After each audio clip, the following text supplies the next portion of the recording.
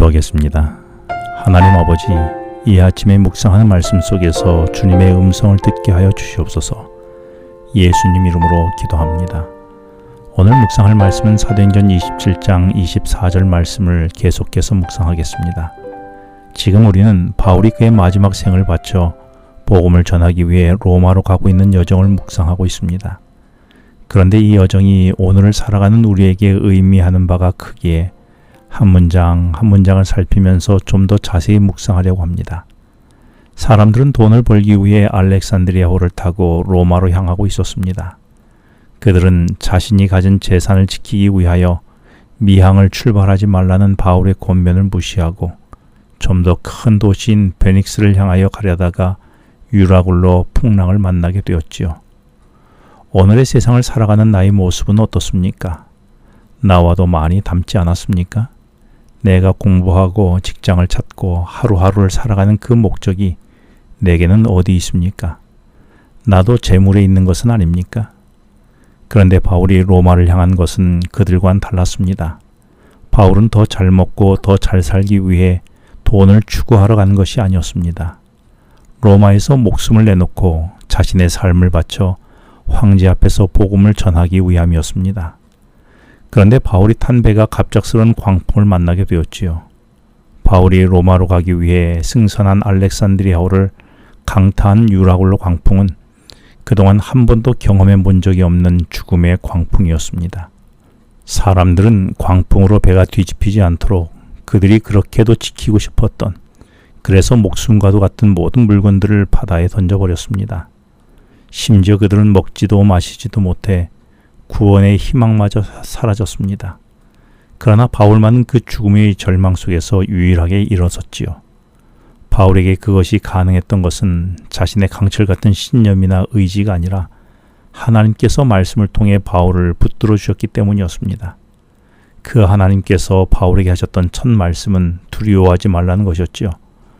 바울은 이 말씀을 힘입어 죽음의 절망 가운데서 굳건히 일어설 수 있었던 것입니다. 온갖 종류의 폭풍과 맞닥뜨릴 때에 지속적으로 항해할 수 있는 힘은 재물이 아니라 천지를 창조하신 하나님의 말씀뿐이었음을 우리에게 말씀해 주고 있는 것입니다. 그런데 두려워하지 말라라고 말씀하신 하나님께서 24절에서 바울에게 가이사 앞에 서야 할 것이라고 말씀하셨습니다. 광풍이 아무리 죽음의 광풍이라 할지라도 그 광풍이 바울만은 삼킬 수 없는 분명한 이유가 있었습니다. 그 이유가 바울이 가이사 앞에, 다시 말해 황제의 법정에 서야 했던 것이기 때문입니다. 이는 바울이 지금 미결수 신분으로 호송당하고 있는데 자신의 억울함을 호소하기 위함이 아니었습니다. 비록 바울이 로마의 법을 어긴 것도 아닌데도 황제에게 상고한 것은 바울을 황제의 법정에 세우시려는 하나님의 신비로움이 담겨져 있었습니다. 주님께서 다메섹 도성에서 바울을 불러내시면서 사도행전 9장 15절에 이 사람은 내 이름을 이방인과 임금들과 이스라엘 자손들에게 전하기 위하여 택한 나의 그릇이라고 주님은 천명하셨습니다. 그러므로 바울은 남녀노소, 빈부 귀천을 물론하고 이 세상 모든 사람에게 주님의 이름을 전하기 위해 택하신 주님의 그릇이었습니다. 바울은 베스도 총독이 아그리빠 왕을 위해 개최한 바울 청문회장에서 바울은 택한 그릇이라는 말이 구체적으로 무엇을 뜻하는지 사도행전 26장 13절로 16절에서 말해 주었었습니다. 바울은 다메섹으로 가는 길에 하늘에서 들리는 소리로 땅에 엎드러졌을 때에 사울아 사울아 내가 어찌하여 나를 박해하느냐는 음성을 듣게 되었지요. 그때 바울은 누구냐고 묻자 주님은 나는 내가 박해하는 예수라고 말씀하셨습니다. 그러면서 주님은 바울에게 16절에서 일어나 너의 발로 서라. 내가 네게 나타난 것은 곧 내가 나를 본 일과 장차 내가 네게 나타날 일에 너로 종과 증인을 삼으려 함이니라고 말씀하셨습니다. 여기서 너를 종과 증인으로 삼았다라고 했는데 종이란 말은 배 밑창에서 노를 젓는 노예를 일컫는 단어입니다. 자신이 어디로 가는지 자신의 결정권도 없이 오직 고수가 치는 북소리의 속도와 소리에 맞춰 자신의 힘과 의지를 다해 노를 저을 뿐인 노예였던 것입니다. 그리고 증인이란 말은 순교자란 말에서 나왔지요.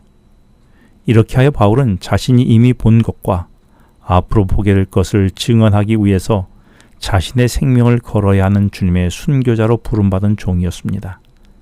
그리스도인은 목사, 장로, 집사, 교인 모두 할 것 없이 모두 자신을 주님의 종이라고 말합니다. 그렇다면 정말 우리는 나의 결정권 없이 배 밑창에서 고수의 북소리에 맞춰 노를 젓는 노예와 같이 오직 주님의 말씀의 장단에 맞춰 살아가며 목숨을 걸고 순교자의 정신으로 순종하며 따라 살아가는 증인으로 살아가고 있다고 고백할 수 있습니까? 말로는 주님의 종이라고 하면서 실제로는 자신의 요구사항을 주님께 매일매일 명령만 하게 하는 주님의 주인으로 살아가고 있는 것은 아닙니까?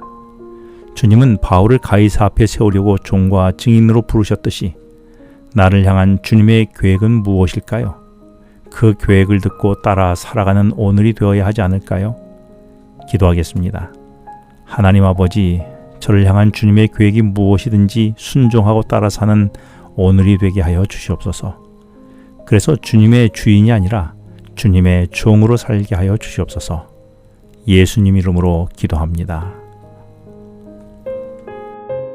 지금은 개인 기도 시간입니다. 오늘 주신 말씀을 묵상하면서 주어진 기도 제목과 개인 기도 제목을 놓고 기도하시겠습니다.